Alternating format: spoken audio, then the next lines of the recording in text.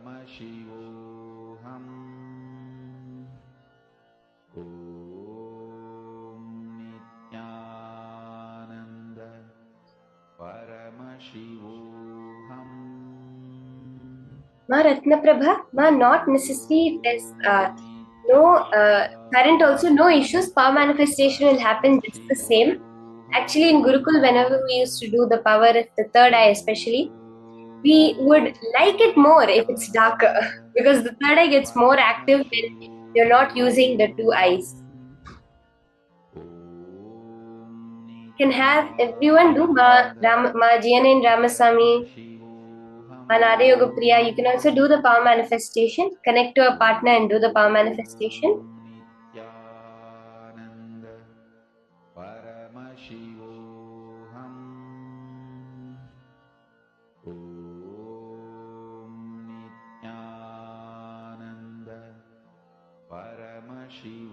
Just connect to Swamiji.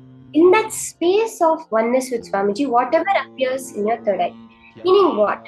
When you're keeping yourself untouched from the thoughts that are happening, when you are sitting there, consciously deciding yourself as Paramashiva. At that moment, whatever appears in your third eye, just reveal it exactly like that to your partner. Paramashivoham. Om Nithyananda. Paramashivoham. Om Nithyananda. Paramashivoham. Om Nithyananda.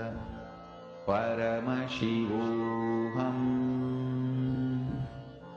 Om Nithyananda. Paramashivoham. Om Nithyananda. Paramashivoham. Om Nithyananda. Paramashivoham. Om Nithyananda. Paramashivoham. Om Nithyananda. Paramashivoham. Om Nithyananda. Paramashivoham. Om Nithyananda. Paramashivoham.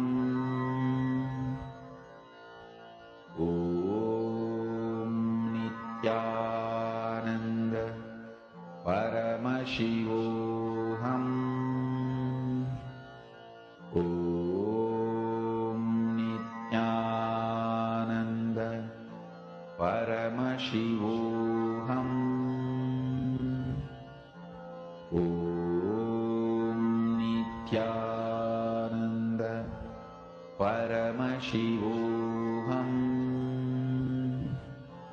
Om Nithyananda. Paramashivoham.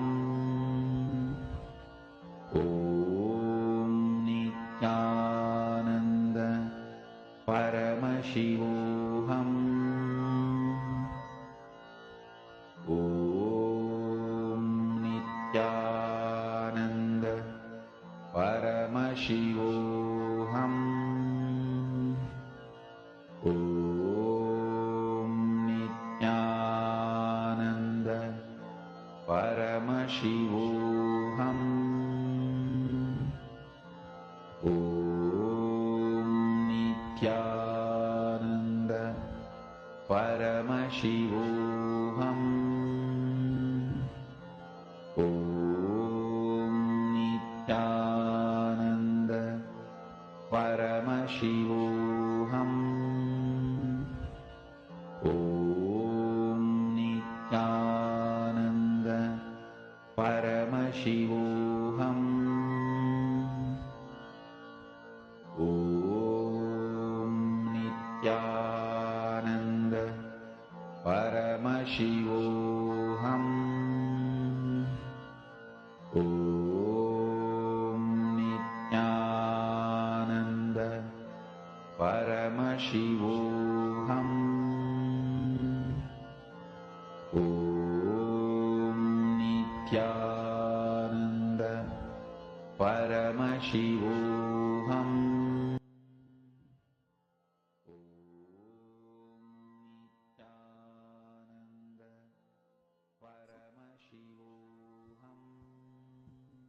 You can all relax, share whatever you are able to see with your partner. Ma Zentiao, Ma Jianain, whatever you are scanning, you can share it with your partner. So Ma Priyatma Surupini and Ma Alicia Morrissey doing the power manifestation very intensely. Let's all share with our partner whatever was appearing in our third eye during the scanning process.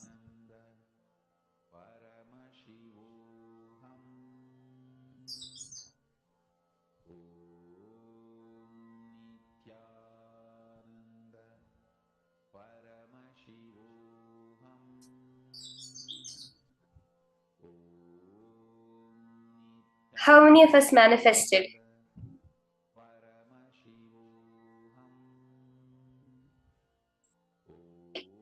Ma Priyesha has asked a question. My food and lifestyle is disciplined, but I slip at times. In my cognition, I'm absolutely young as Paramashiva. Even if my lifestyle is inconsistent, will I remain intact in my youthfulness? Ma, actually, when you make a conscious decision to manifest Paramashiva, you automatically, your lifestyle, your food, everything will align. See, as long as we have not made a conscious decision, as long as we're going by the various hundreds of unconscious decisions we have taken only, will there be an issue itself coming up? The minute you have taken a conscious decision, Ma, you will see very clearly how all the lifestyle, everything gets connected into. I think you had asked this before, but this is where when you make a conscious decision, that's all matters, because Swamiji says your conscious visualization, your conscious will is highly revered in the cosmos. For anything, whether it's health, wealth, anything, when you make a conscious decision, you say, I am Paramashiva. Whether or not I have experienced it, when Swamiji is telling me I am Paramashiva, he is right. From that confidence, when you take the conscious decision, then automatically everything just changes in your life. Everything will automatically align to that decision. Now we're going to be entering into a very beautiful session about Kayakalpa. Swamiji says Kayakalpa is the science which was given with his power manifestation. He started reviving all the dead people. So then Paramashiva came to him and said, no, you don't do this. I will give you the science of how to live forever. And gave this Kayakalpa science to Agastya. This is the science of immortality. Okay? This Swamiji says the science of Kayakalpa is when you're able to play with the strong nuclear force in nature. Let's now listen to this from Swamiji himself.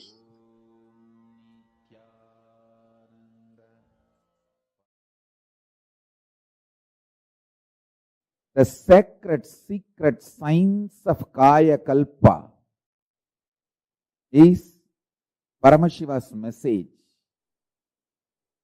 directly from Kailasa to the whole humanity, to the whole world today. From today, Paramashiva will reveal the great sacred secret science of Kayakalpa. Understand?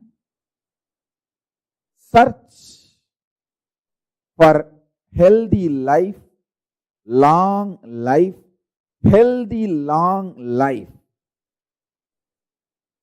was done by human beings from time immemorial. Through their seeking, research, experiences, expertise, human beings have discovered many things to have long, healthy life in various civilizations. In Saraswati civilization, in Ganges civilization, in Hindu civilization, in African civilizations, in Egyptian civilizations, in various civilizations, a lot of things were invented, discovered, reinvented, rediscovered. First and foremost, let's bow down to Ganapati, who is the manifestation, the greatest manifestation of Paramashiva.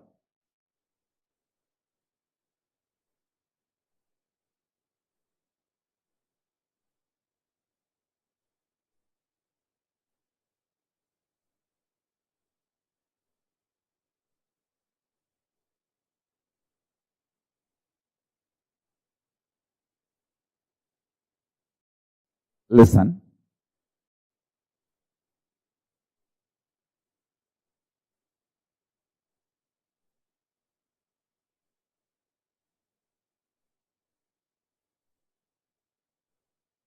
Out of your consciousness, you 3D printed, consciously 3D printed this physical structure,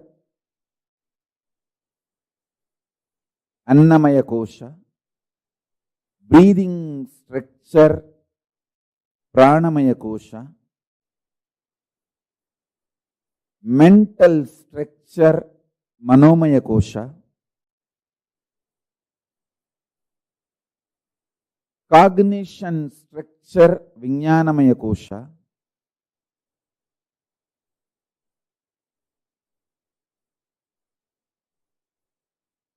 conscious structure, Anandamaya Kosha,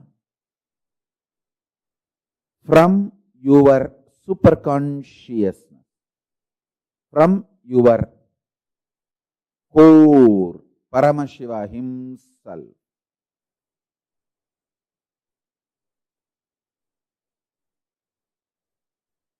Understand? Because you printed, you have powers to reprint, alter, evolve, rejuvenate, rebuild any part or fully. First secret I want all of you to know. Continuously give love. You will live long, healthily. Listen to this first secret. Love everyone. Go on be loving as many people as possible, as many things as possible. Expand your zone of love.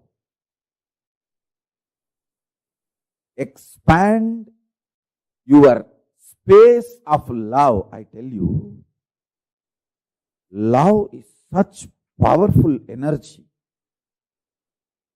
When you give the smile and love,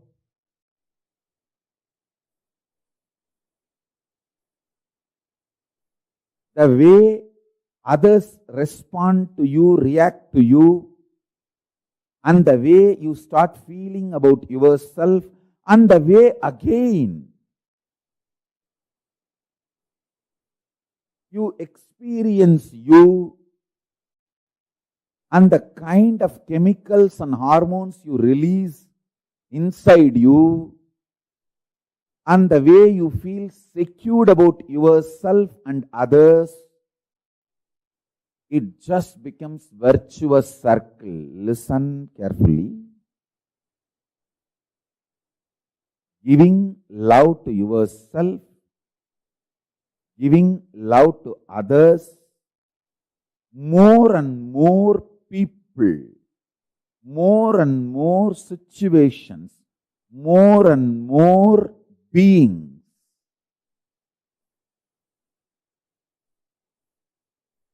Giving love, taking intense decisions to enrich world, enrich others, Tyaga. Tyaga removes all the negativity from not only your mind, it removes negativity even from your intestine. The parasites, microbes from your intestine gets clean. Gets clean. When you start smiling at people, loving people, giving security to people, making people feel secured about you, with you, around you,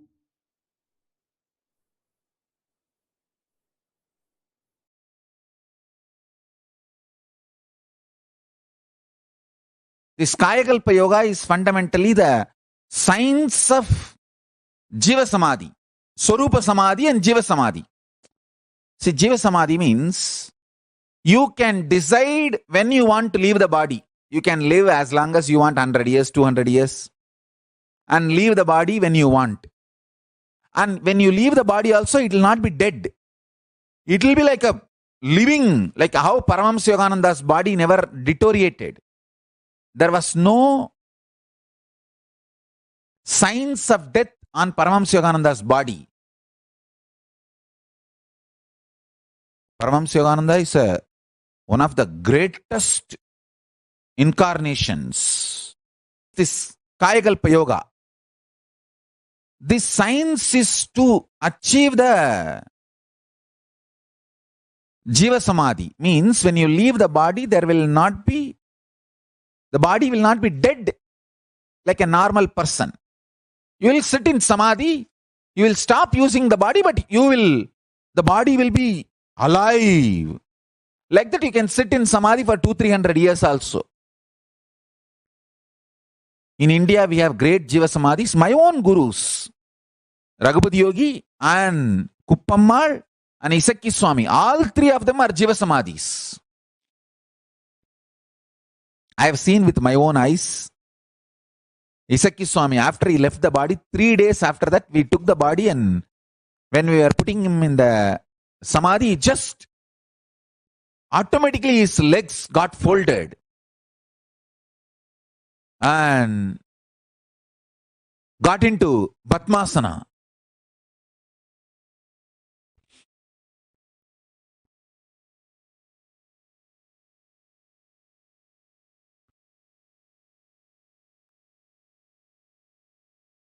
Not only I saw, there are many eyewitnesses. Even now in Tiruvannamalai, they are there. All of them saw that. It happened in open place.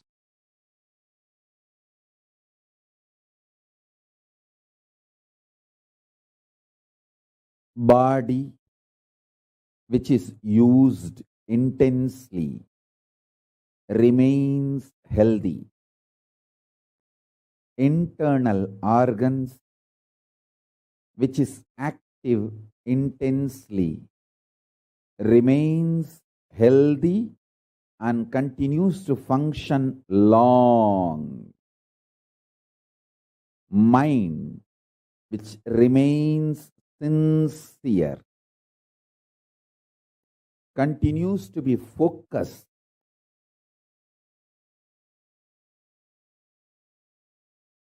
on the goal of life.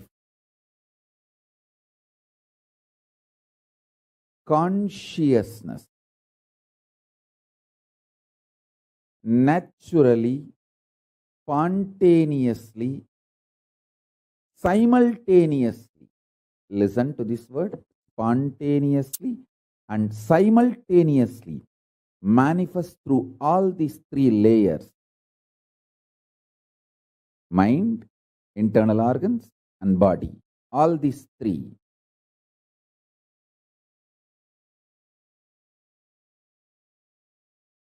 When they remain sincere.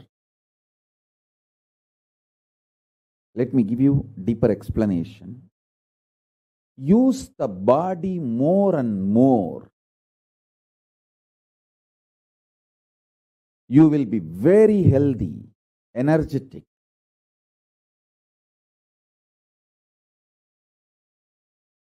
Use the internal organs more and more. Every time when you fast, all the internal organs of your body starts working. Every time you fast for 24 hours, the whole system becomes alive, activated. That is why I insist at least 2 times do this to you every week. Understand? Be good to yourself at least 2 times a week. That's the best pampering you can do to you. Anyone who wants to live royal life, listen. Eating like a pig, whenever you can, whatever you get, is the cheapest way of treating yourself.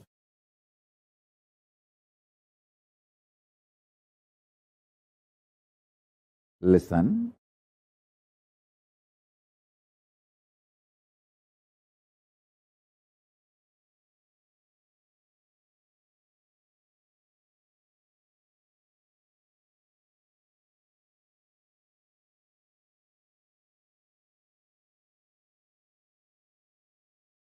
It's like treating yourself like garbage bag, garbage can, dustbin.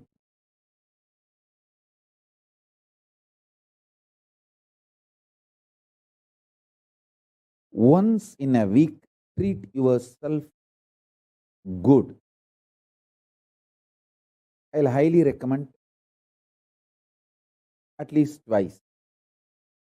If you are an initial level seeker, once a week. If you are very sincere about enlightenment, twice a week. Yourself royal, it means stop eating. 24 hours, just absolutely no food. If you can, dry fasting. If not, just water is okay. Water fasting. All your internal organs will die. As I said, the best food for your body is what is already gathered and stored inside your body. Allow the body to eat itself without giving food from outside. Listen carefully. I have seen people who don't eat because they don't have, but people don't eat even though they have purpose, higher purpose, they don't eat. I have seen both kind of human beings. I have seen extreme poverty. I have seen very powerful royal people who don't eat not because they don't have, but because they have a higher purpose to exist, they stop eating. The difference I have seen in both the bodies, people who don't eat because of poverty, their body doesn't shine. People who don't eat because of the higher purpose, their whole skin shines because cognition, purpose, adds sincerity, shraddha, and shraddha as capacity to generate ojas and tejas. Ojas means pure energy. Tejas means shining power.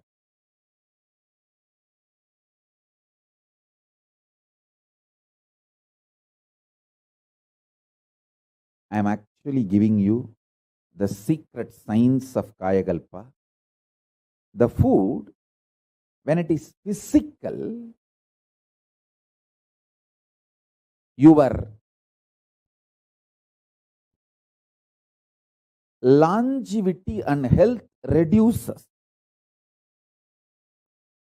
When it becomes liquid, your longevity and health increases.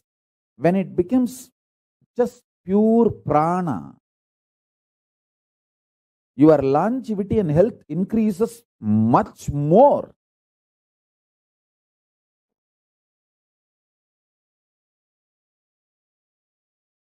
This Mauna Swami, he used to sit in that Ilippai tree breathing space.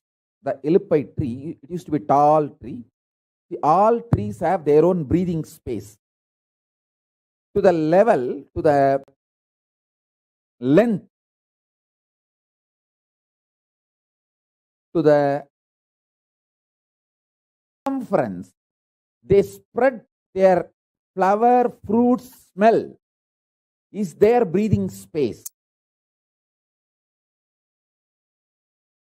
So this temple tower in which this Mauna Swami was sitting comes within the breathing space of that Ilippai tree.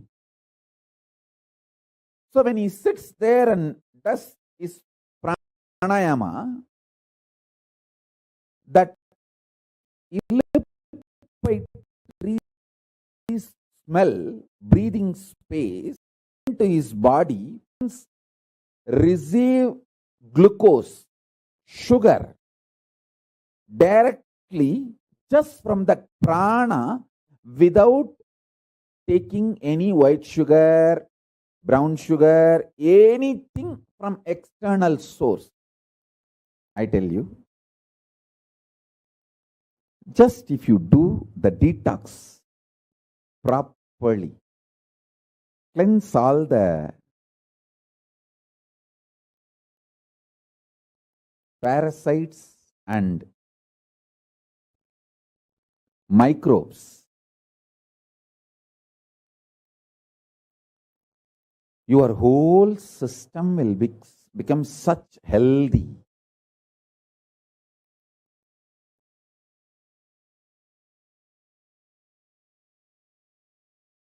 Arunagiri Yogeshwara has given me a very sacred secret about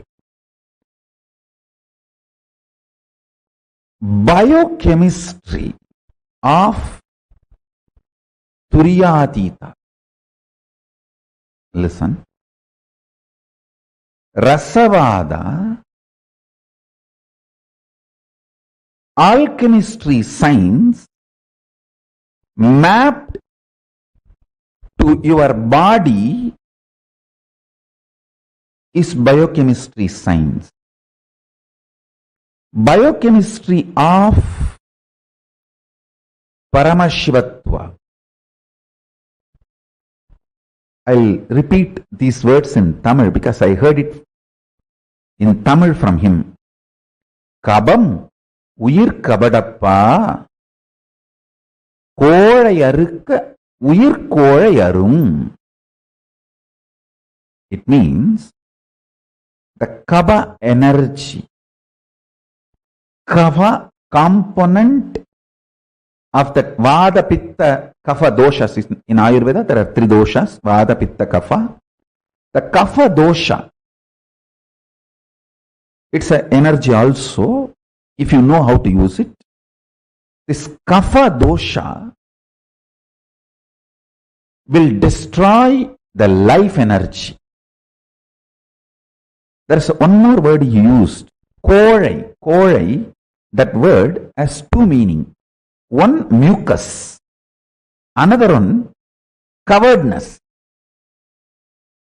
He said, the mucus in you will make your consciousness covered.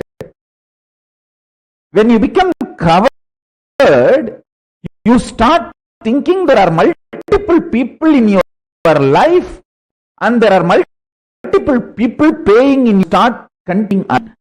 Blaming others is the quality of the covered. Even if others are attacking you, if it is reality, even if it is fact, taking responsibility and solving the problem is courage. Whether others are attacking you is your imagination or fact or reality, taking responsibility for it and solving is the quality of courageous being. Blaming others, cognizing others, putting the responsibility on others is cowardness. In Tamil, there is one word, korai. That word has two meanings. One, mucus. Another one, cowardness. My guru told me, korai, uyir koraiyappa. Korai, uyir koraiyakkum. It means, I'll give you the gist of what he transmitted to me, what he blessed me. As the biochemistry of science of waking up to Turyatita. If you practice this science for 1 month, 2 paksha, we can make the samyama, Turyatita samyama. For 2 paksha, do this alchemy.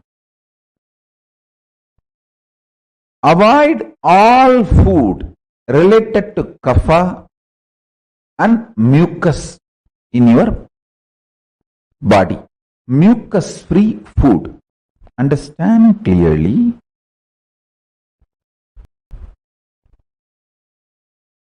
All coveredness of your willpower. See, your willpower experiences coveredness in 3 levels. 1, not feeling powerful to manifest what you want. Second, not thinking through, planning or acting. Third, strongly feeling your opposite powers, opponents, other than you are extremely powerful. It may be persons, situations, places. All of them are extremely powerful. They may overpower you. The intense fear. All these are definitions of coveredness of will. When your will collapses into coveredness, these are all the experiences you manifest. I tell you, too simple.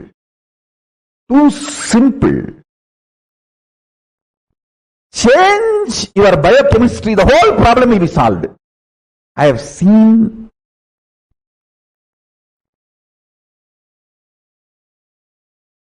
when I applied my Guru's words in my life, I have seen this in my life. Whenever my disciples obeyed me and used these methods and techniques, I have seen them going through amazing transformation. You can make it like a Pauranami to Pauranami or Amavasya to Amavasya.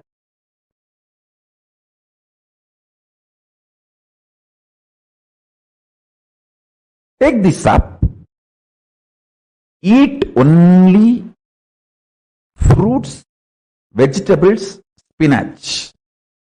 Just only these three.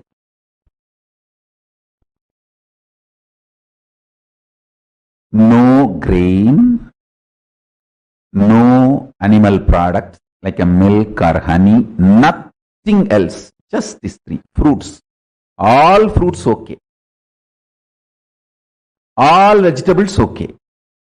All spinach okay.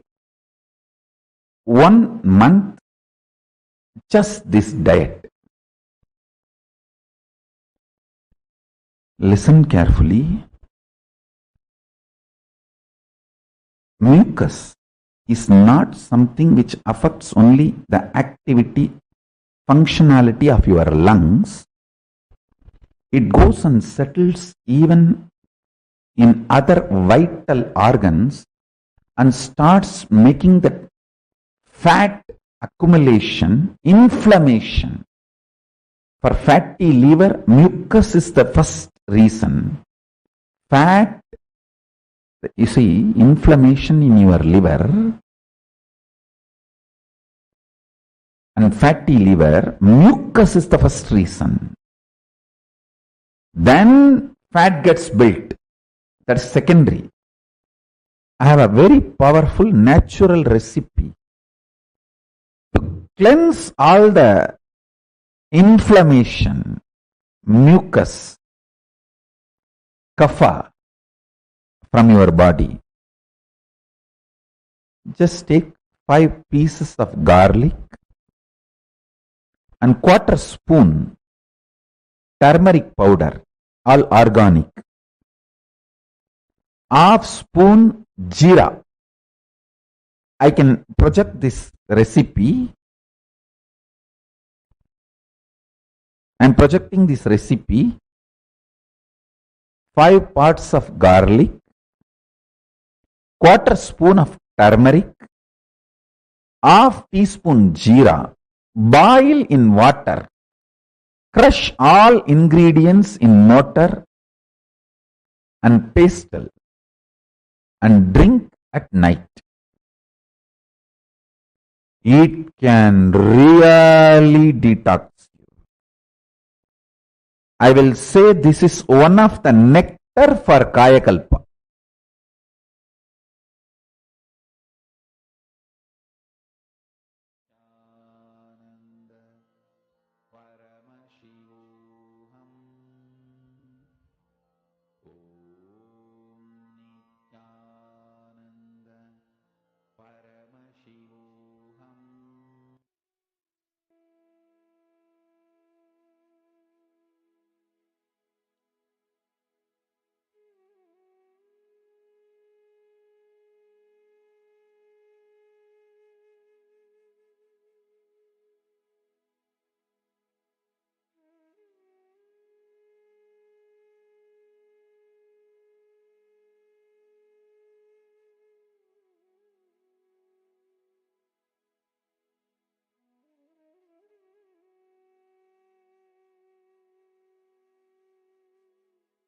So beautifully Swamiji explained to all of us where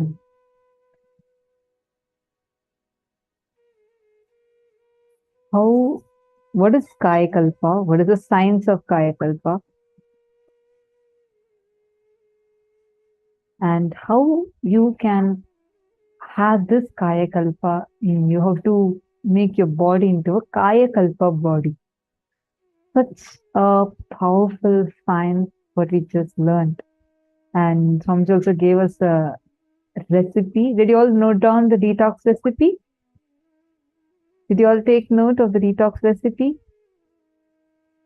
Very, very powerful. And Swamiji also gave us the samyama that we can do, the diet that we can follow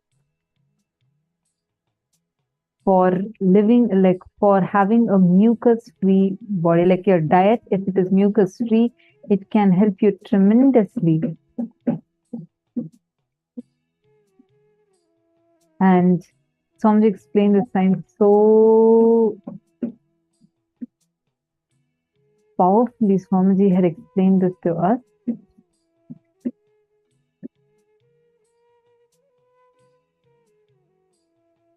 See, out of your consciousness, from your super consciousness, from your core, Paramashiva himself, you 3D printed, consciously 3D printed your physical structure, Annamaya Kosha, breathing structure, Pranamaya Kosha, mental structure, Manonmaya Kosha, cognition structure, Vijnanamaya Kosha, conscious structure, Anandamaya Kosha.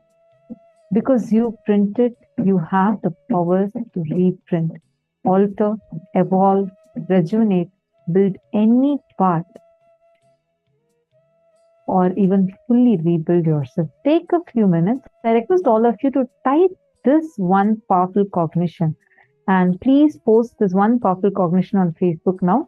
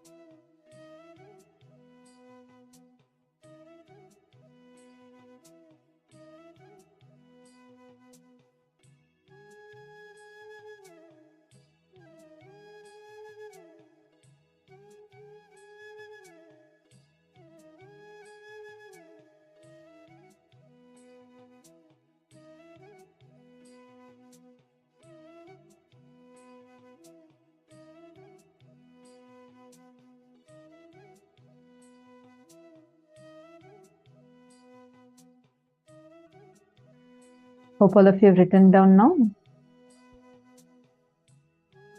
See, Kayakalpa Yoga, science to achieve Jiva Samadhi, means you have to live as long as you want.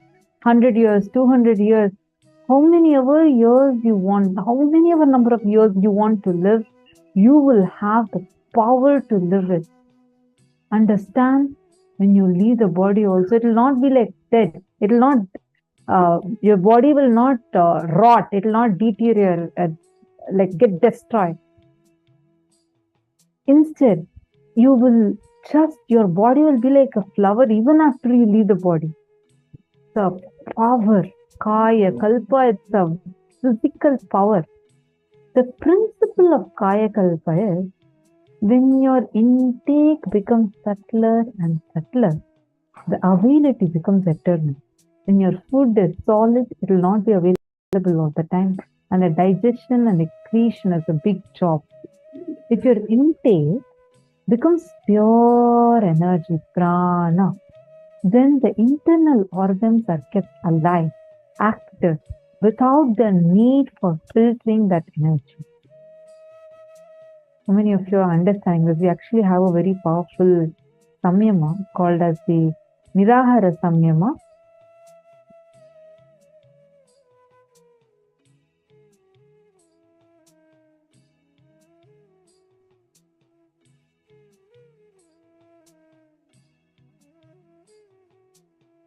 Where Swamiji actually makes us to go beyond even the necessity of food.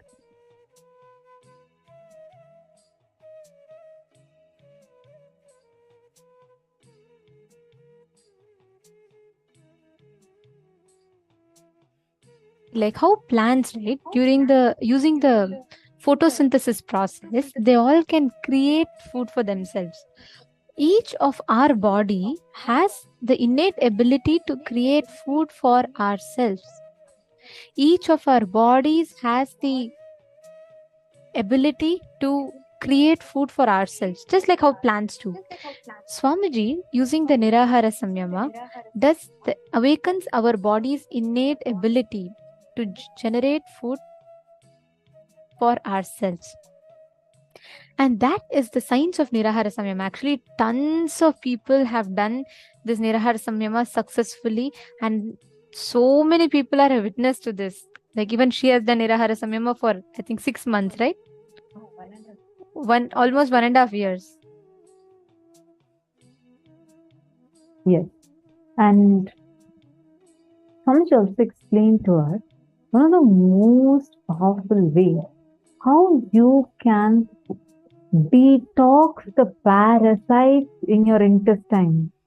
Listen, Swamiji said, giving love to yourself and others, smiling at people, making people feel secured about being around you, and taking intense decisions to enrich the world, and tyaga, sacrifice, cleanses and detoxes the parasites, microbes from your intestine. Your whole system will become so healthy, and simply Kayakalpa will start happening through you.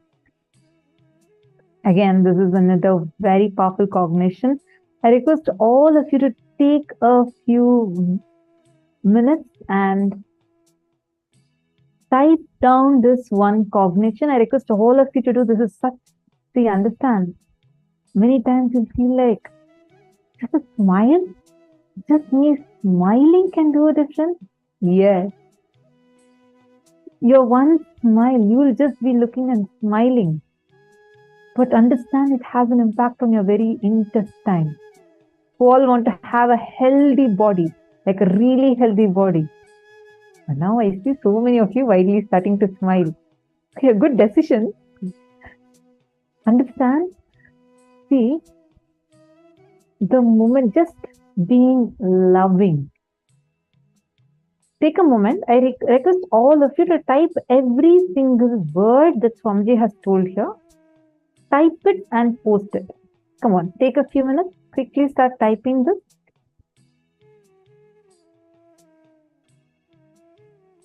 All of you take a moment.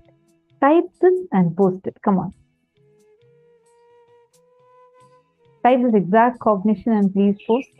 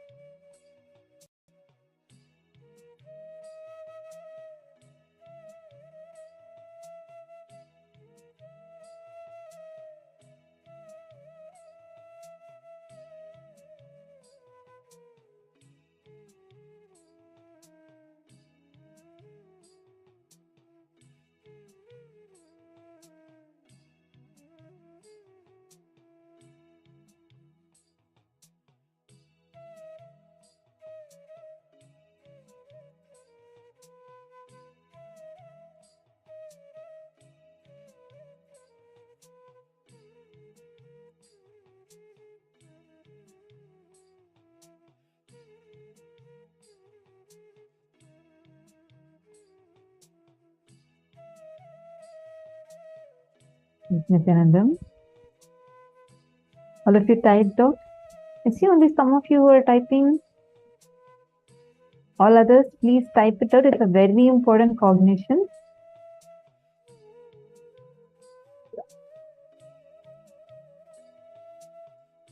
Mohongzu, that is okay. I see your message. First thing I realized is people live so isolated, no eye contact even. They don't even see I'm smiling or looking at them. It's true, but it's okay. Let us start from somewhere.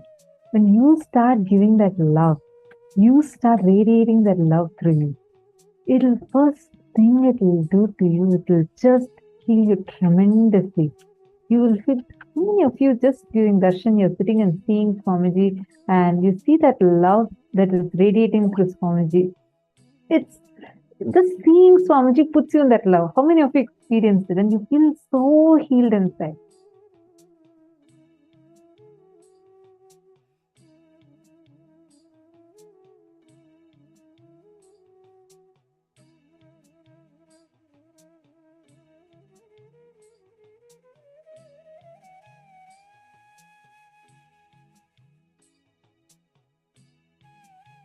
Nithyanandam, Ma Kitty, Nithyanandam, nice to have you here.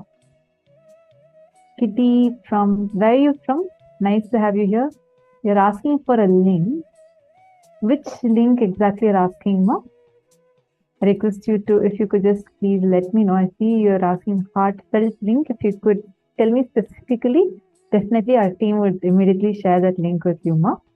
And Ma Kalyani, are you also there? Nithyanandam, sorry, I just missed your message on YouTube. Ma Kalyani.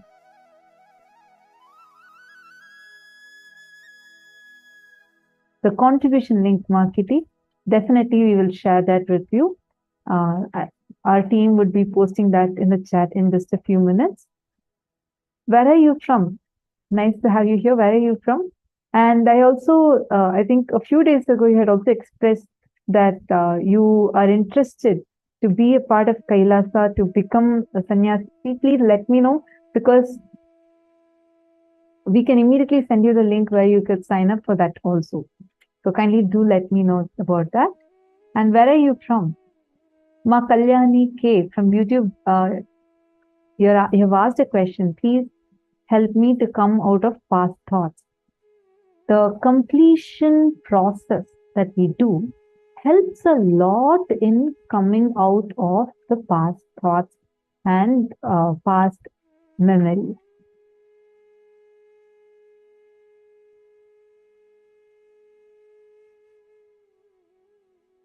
We'll help you that process of completion now, but please let me know if you are here listening.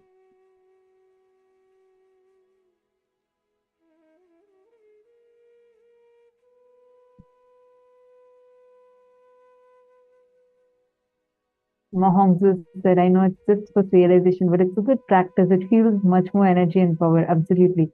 Mahongli Wong is saying, giving love to yourself, others, smiling at people. Yes, she just posted the powerful cognition. Wonderful. I think many of you who have already posted in other Zooms also, but still a lot more of you have not yet posted. Can I request all of you to post?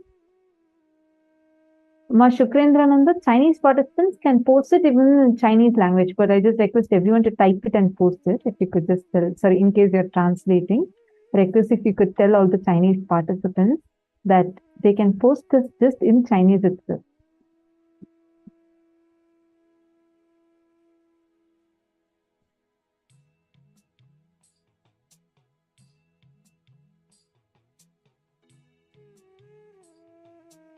The link is the contribution link. Ma Kitty, the contribution link is events.kailasa.org/payment.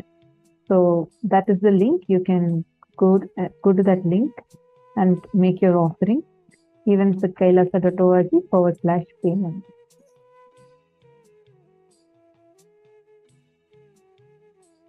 All right. So now, since all of you have typed out, see, the food, when it is physical, your longevity and health drastically reduces. When it becomes the liquid, your longevity and health increase. When it becomes just pure prana, your longevity and health increases way much more. Actually, Swamiji says this is the very way how Swamiji, one of Swamiji's gurus, Mauna Swami, with whom Swamiji explored the science of Kayakalpa as a child. He used to sit under the Ilupai tree. It's called as Ilupai Maram. All trees have their own breathing space where they spread their fruits and smell. So until the place where a tree's flowers or its fruit smell or its fragrance, like the tree's smell reaches, it's called as the breathing space of that tree. So he used to sit in the breathing space of an Ilupai tree. Ilupai Maram. And all the trees in space, temple Mauna breathing space tree. So when he sits there and does his pranayama, that Ilupai tree's smell, breathing space goes into his body. His internal organs receive glucose, sugar directly from that prana without taking any form of no sugar, no brown sugar, nothing. Without taking anything from external source, just by inhaling this prana of the tree, he used to empower internal organs, energize this required amount of glucose. Wow, what an advanced science. This science is called as the Kayakalpa, where you literally start living on air, prana. The most powerful Kumbhaka is Trinetra Kumbhaka. So now we are going to be practicing Trinetra Kumbhaka. It awakens the Kundalini Shakti, the cosmic union with Paramashiva, rebuilds your body, burns all the bad muscle memory, biomemory, and does everything best. Your whole prana sharira will become aligned with the full Kundalini Shakti. Now, you can do this every day. Start with 11 times in the morning and 11 times in the evening. After 2-3 days, make it into 21, then slowly 42, then slowly do 108.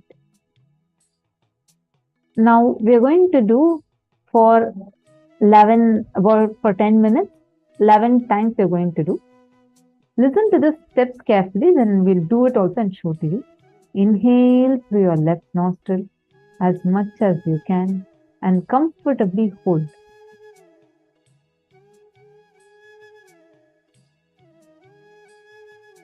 Going to first inhale through the left nostril as long as you can and as comfortably as you can, and hold both the nostrils. Exhale. You're not going to exhale. Okay, you're going to inhale and hold it. Next, you're going to inhale through the right nostril. You're not going to exhale this air out. You're inhaling and holding. And inhale without exhaling. Inhale through the right nostril and hold. And inhale through both the nostrils.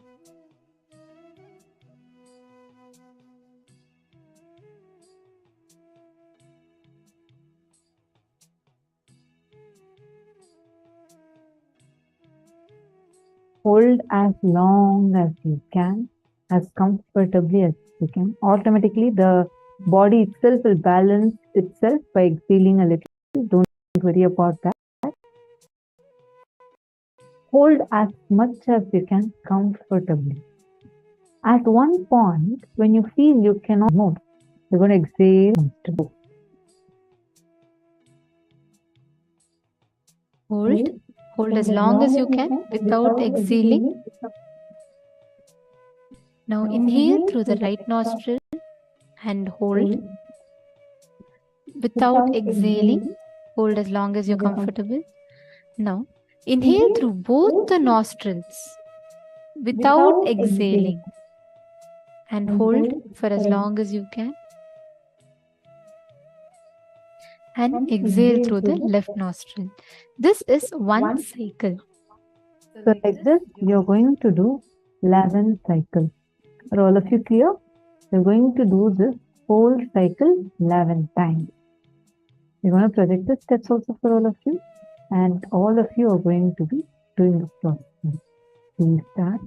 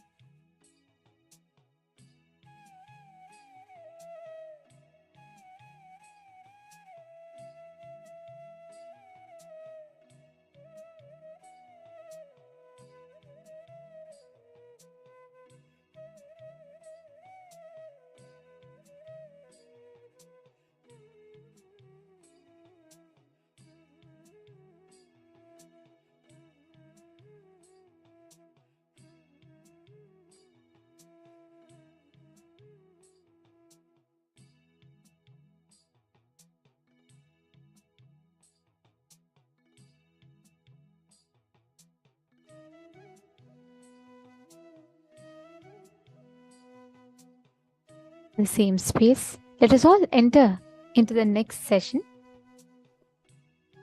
You all can relax slowly, very slowly. Please relax. Now, we're all going to be entering into the next part, where each of you are going to be manifesting a very particular power of identifying blood group of anyone that you will. Whoever you want to manifest with, whoever you want to scan and identify, you're going to be manifesting the power of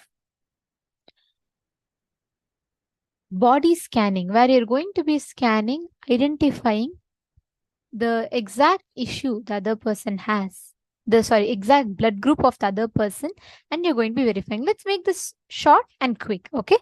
Now, each of you that are here, connect to another person that is there, okay? One of the partners.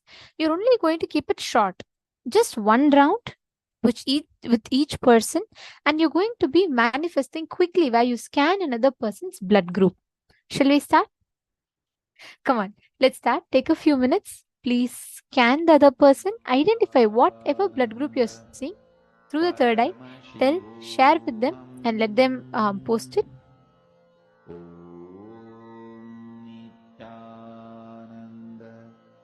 Paramashivam. Om Nithyananda. Paramashivam. Om Nithyananda. Paramashivam. Paramashivam. Om Nithyananda. Paramashivam. Om Nithyananda. Paramashivam. Om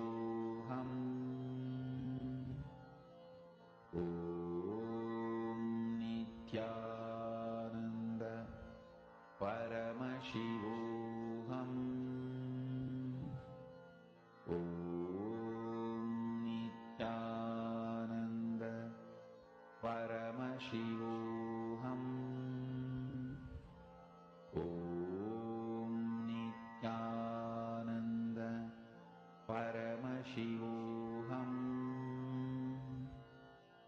Om Nithyananda. Paramashivam. Om Nithyananda. Paramashivam. Om Nithyananda.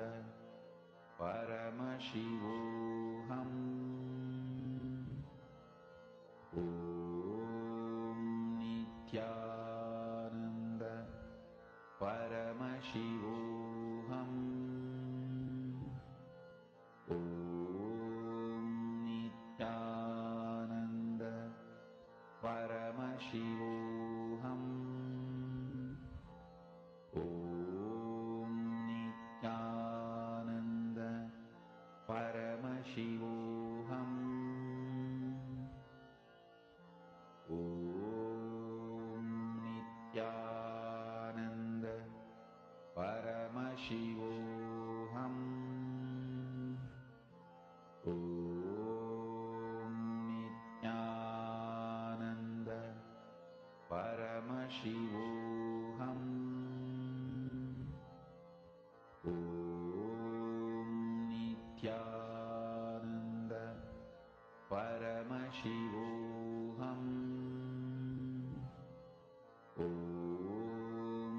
Nithyananda. Paramashivam. Om Nithyananda. Paramashivam. Om Nithyananda.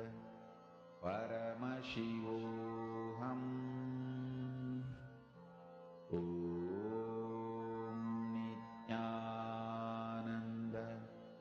Paramashivam.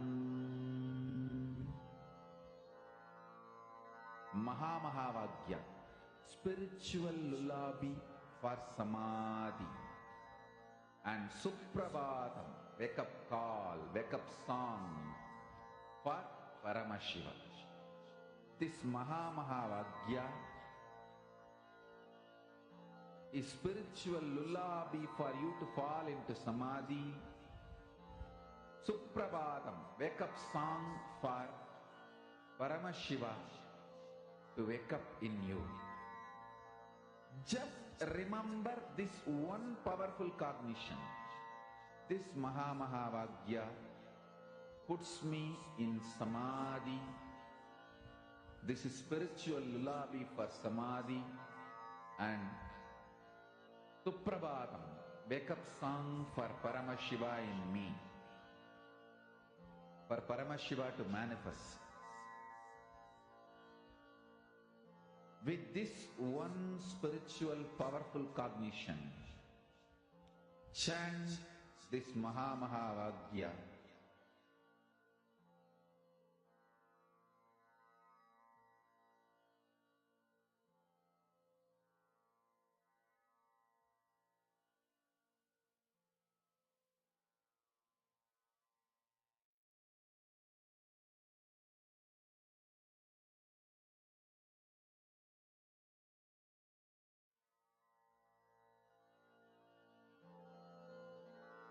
Mahavagya, spiritual lullaby for Samadhi.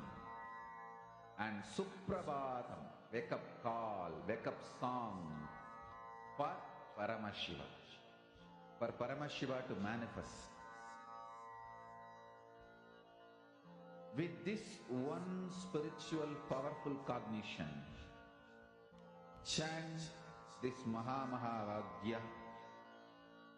Om Nithyananda Paramashivoham. Om Nithyananda Paramashivoham. Om Nithyananda Paramashivoham.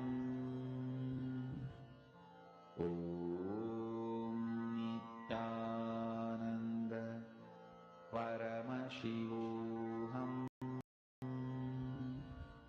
Om Nithyananda Paramashivoham. Om Nithyananda Paramashivoham. Om Nithyananda Paramashivoham. Om Nithyananda Paramashivoham. Om Nithyananda Paramashivoham. Om Nithyananda Paramashivoham. Om Nithyananda Paramashivoham. Om Nithyananda Paramashivoham. Om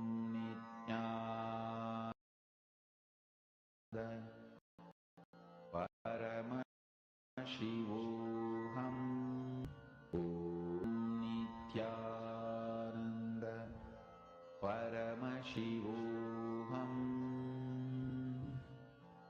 Om Nithyananda Paramashivoham. Om Nithyananda Paramashivoham. Om Nithyananda Paramashivoham. Om Nithyananda